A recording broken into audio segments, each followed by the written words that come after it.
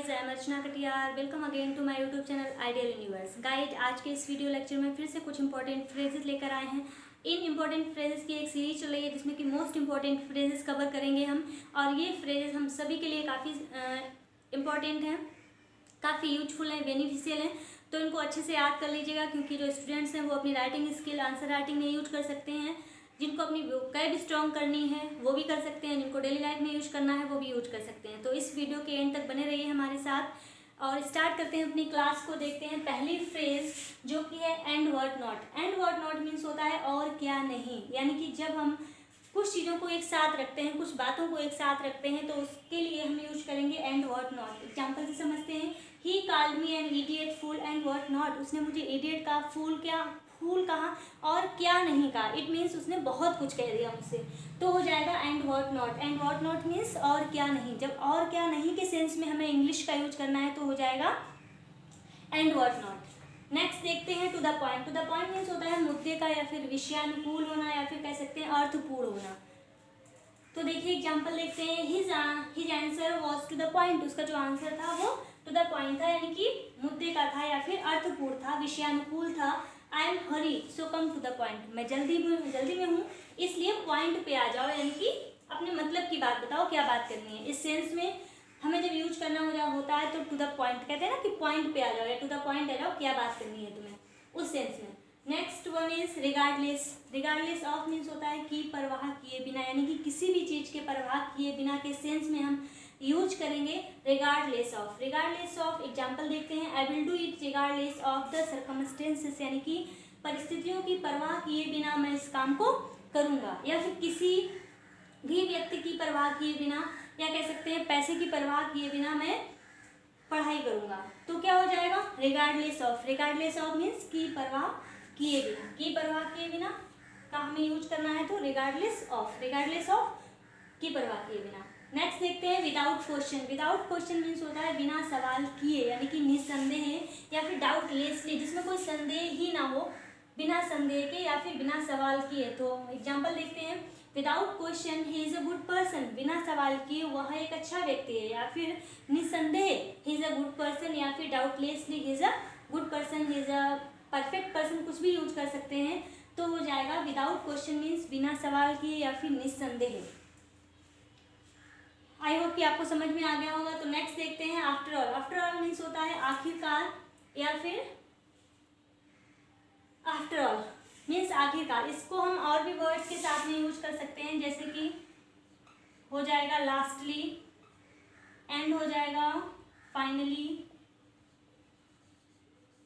एक हो जाएगा अल्टीमेटली। इन सारे वर्ड्स को भी इसके प्लेस पे हम यूज कर सकते हैं आफ्टर ऑल, आखिरकार, या फिर लास्टली, फाइनली एंड अल्टीमेटली। इन जैसे कि जब हम कोई भी आंसर लिखते हैं तो उसके जब कंक्लूजन पे जाते हैं तो हम क्या करते हैं, उसमें हमें कुछ वर्ड्स लिखने, जैसे कि लास्टली हम ये कहना चाहते हैं, या फिर फाइनली, अल्टीमेटली, या फिर 10, इस टाइप के जो वर्ड्स होते हैं उसको हम मेंशन करते हैं। तो यहाँ पे आफ्टर ऑल मीन्स आखिरकार। समझते हैं example. After all I had done this work. आखिरकार मैंने इस काम को कर लिया। आखिरकार, आफ्टर ऑल, या फिर लास्टली, या फिर finally I have complete this work, या फिर ultimately I had completed this work. तो ये हो जाएगा। Next one is at all. At all means होता है बिल्कुल भी या फिर थोड़ा भी, बिल्कुल भी, जरा सा भी। देखिए example. At all means I don't like him at all. मैं उसे बिल्कुल भी पसंद नहीं करता, बिल्कुल जरा सा भी पसंद नहीं करता, तो हो जाएगा एट ऑल।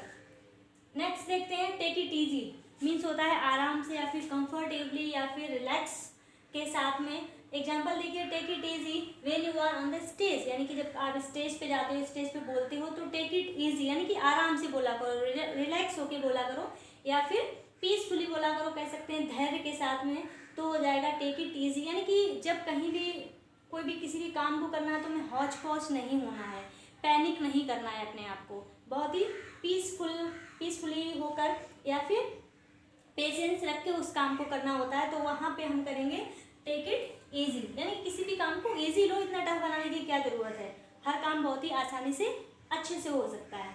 आगे देखते हैं rely on. Rely on means होता है पर विश्वास रखना, या फिर पर निर्भर होना। You should rely on your self, तुम्हें अपने आप पे भरोसा रखना चाहिए या फिर अपने आप के ऊपर निर्भर होना चाहिए। तो रिलाई ऑन काफ़ी इंपॉर्टेंट है और कॉमन भी है, यानी कि हर जगह हम इसको यूज कर सकते हैं, रिलाई ऑन। और साथ साथ में आप लर्न भी करते जाइए।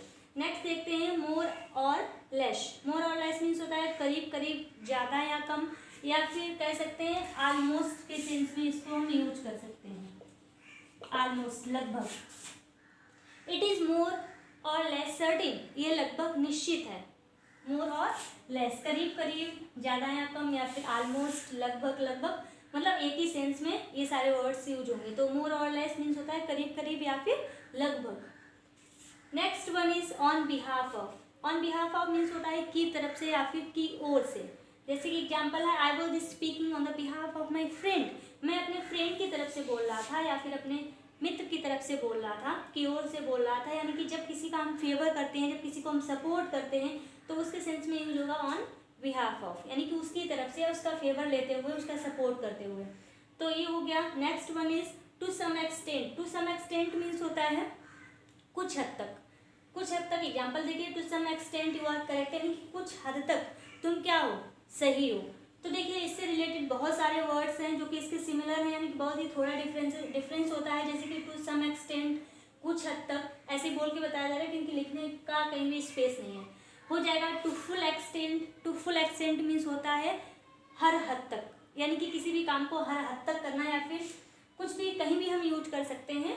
To full extent, to some extent, कुछ हद तक, टू फुल एक्सटेंट, हर हद तक, या फिर बोल सकते हैं टू वॉट एक्सटेंट, यानी कि किस हद तक। यानी कि जैसे जब हम बोलते हैं ना कि तुम किस हद तक मेहनत कर सकते हो, to what extent you can do this work, या फिर यू कैन हार्ड वर्क, किस हद तक तुम कठिन परिश्रम कर सकते हो। तो वहाँ पे हो जाएगा to what extent, to what extent, to some extent, to full extent. एक और होता है जिसको बोलते हैं सर्टेन एक्सटेंट, यानी कि एक निश्चित हद तक ही मैं इस काम को कर सकता हूँ, या फिर निश्चित हद तक, टू सर्टेन एक्सटेंट आई कर सकती हूँ, आई कैन सपोर्ट यू।